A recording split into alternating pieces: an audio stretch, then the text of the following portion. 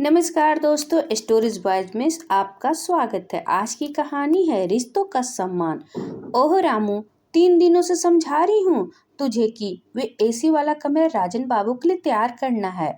ये नई वाली चादरें भी उसी कमरे के लिए निकाली थी मैंने। तूने यहाँ इस कमरे में क्यों बिछा दी? सुमित्रा जी रामू पर बिगड़ रही थी।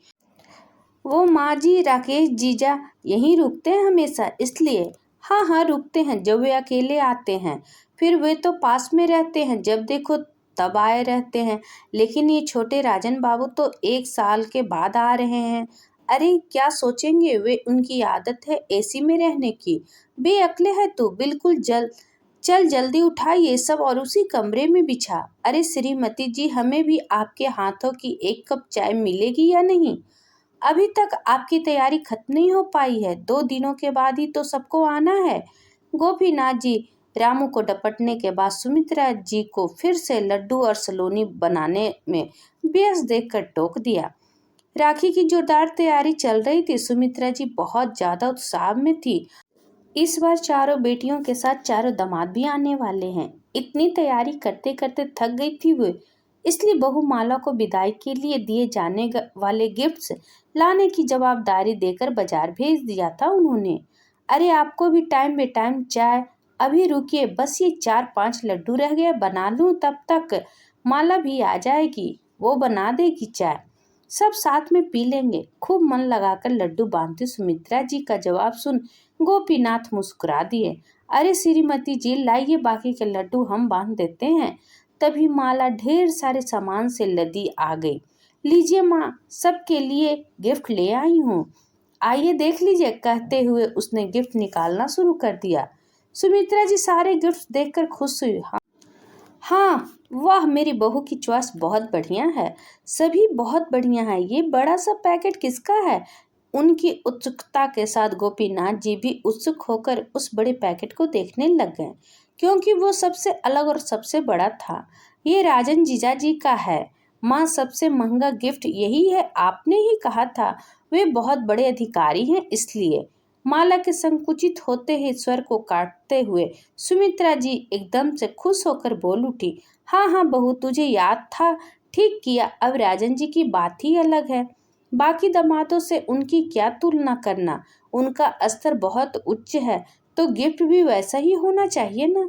अपने दामाद के उच्च अधिकारी होने का गर्व उनकी आंखों में चमक उठा और बातों में भी बिखर गया था।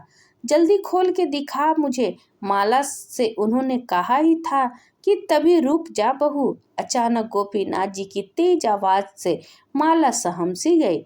जी पिताजी, प्रश्नवाचक निगाहें थी उसकी। हाँ रुक जा, बिल्कुल नहीं खोलना इस गिफ्ट को, ऐसे ही वापस करके आ जा अभी, तुरंत। गंभीर आवाज में उन्होंने कहा तो सुमित्रा जी से नहीं रहा गया। क्यों क्यों वापस होगी ये गिफ्ट? देखने तो दो, क्या ऐसा हो गया जो आपको आपत्ति होने लग गई है?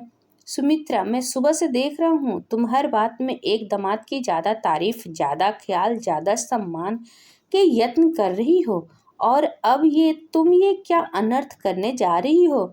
मुझे तुमसे ये उम्मीद नहीं थी। अरे अपने चारों बेटियों और दामादों को हम एक ही आंख से देखते हैं। वे हमारे लिए एक बराबर हैं। किसी दामाद का पद बहुत ऊंचा है, अच्छी बात है। इसका ये अर्थ कदापि नहीं कि इस आधार पर घर के दूसरे दामाद नीचे हो गए। ये घर है सुमित्रा, यहाँ रिश्तों का सम्मान होता है, पद का नहीं। गिफ्ट में इस तरह भेदभाव करके तुम सबके सामने अप्रोच रूप से अन्य दामादों के सामने बेइज्जती कर रही हो।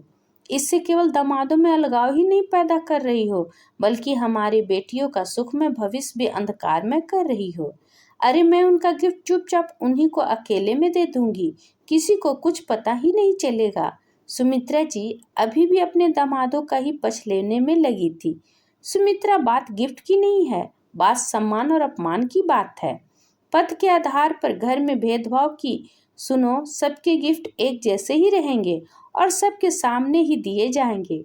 ये अकेले में चुपचाप लेना देना रिश्तों की मजबूती के लिए खतरनाक होता है। मैं इस तरह की कोई भी आपत्तिजनक बात करके अपने इस परिवार में कलह नहीं पैदा करना चाहता। हम बड़े हैं, हमें अपने मन और व्यवहार दोनों से अपने सभी बच्चों को एक आंख से देखना चाहिए। तुम एक दामाद का विशेष ख्याल करोगी तो बाकी को अपमान नहीं महसूस होगा? वो कहेंगे नहीं, लेकिन बेटियों पर गुस्सा निकालेंगे, मायके आना बंद कर देंगे। माला जा और इस गिफ्ट को अभी वापस करके आ। गोपीनाथ जी तेज स्वर में बोल उठे। नहीं माला, रुक, अभी बाजार जा, इसे वापस करने नहीं बल्कि ऐसे ही 3 और गिफ्ट्स लेती आना मेरे चारों दामादों के लिए। वे सब मेरे इस परिवार की शान और सम्मान है। सुमित्रा जी ने गोपीनाथ जी की तरफ कृतज्ञता पूर्वक से देखते हुए कहा। चलिए श्रीमती जी, अब इसी बात पर अपने हाथों की 1 कप चाय पिला दीजिए। गोपीनाथ जी ने पत्नी को समझदारी पर मुस्कुराते हुए कहा तो सुमित्रा जी भी अभी लीजिए कहती संतोष से मुस्कुरा उठी। आशा करती हूँ कहानी आपको पसंद आई होगी। इस पर आपकी क्या राय है कमेंट करके ज़रूर बताएं। अगर पसंद आया तो प्लीज़ लाइक एंड सब्सक्राइब करना ना भूलें। इसी तरह मेरी और भी कहानी सुनने के लिए कृपया बेल आइकन बटन को दबाना ना भूलें। वीडियो देखने के लिए आपका बहुत बहुत धन्यवाद।